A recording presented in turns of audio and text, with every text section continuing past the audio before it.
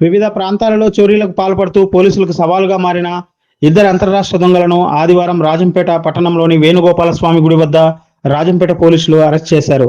ఈ సందర్భంగా విలేకరులతో రాజంపేట డీఎస్పీ ఎన్ సుధాకర్ మాట్లాడుతూ నెల్లూరు జిల్లా బిట్రగుంట కపట్రాల తిప్పకు చెందిన పీట్ల మహేష్, శిరీష్ కుమార్ రాష్ట్రంలోని వివిధ ప్రాంతాలలో దొంగతనాలకు పాల్పడుతూ ఉండేవారని తెలిపారు. వారిని అరెస్టు చేసి వారి వద్ద నుంచి 10 లక్షలు విలువ చేసే బంగారు నగలు, 3,10,000 రూపాయల నగదును స్వాధీనం చేసుకున్నట్లు తెలిపారు.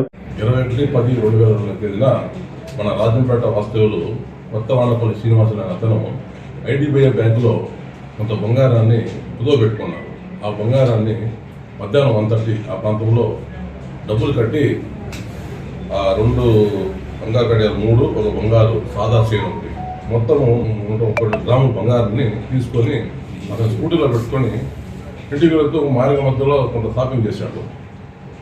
మీ అందరికీ తెలుసు, ఈ అటెన్షన్ డైవర్షన్ చేసే గ్యాంగ్ ఒకటి బిట్రగుంట కపట్రాల దగ్గర నెల్లూరు జిల్లాలో ఉన్నారు. వాళ్ళు ఏం చేస్తారంటే బ్యాంకుల దగ్గర కాపు కాపుతారు.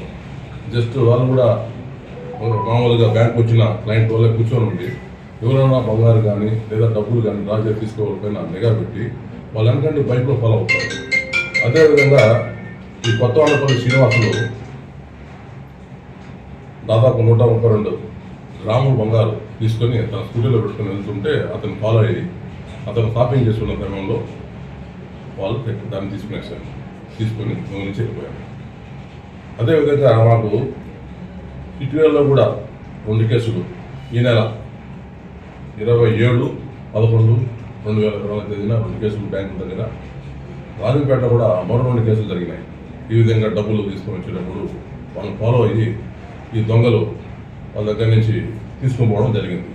దీంతో మన అన్నమయ్య జిల్లా ఎస్పీ గారు శ్రీ పి విద్యాసాగర్ నాయుడు గారు ప్రత్యేకమైన టీము 2 పెట్టారు. సిసిఎస్ ఇన్స్పెక్టర్ చంద్రశేఖరు మరియు కోడూరు రూరల్ ఇన్స్పెక్టర్ వెంకటేశ్వర్లు మరియు రాజంపేట అర్బన్ ఇన్స్పెక్టర్ రాజు కూడా ఇద్దరిని ఇక్కడ టీముగా పెట్టి బాగా నిఘా పెట్టడం జరిగింది.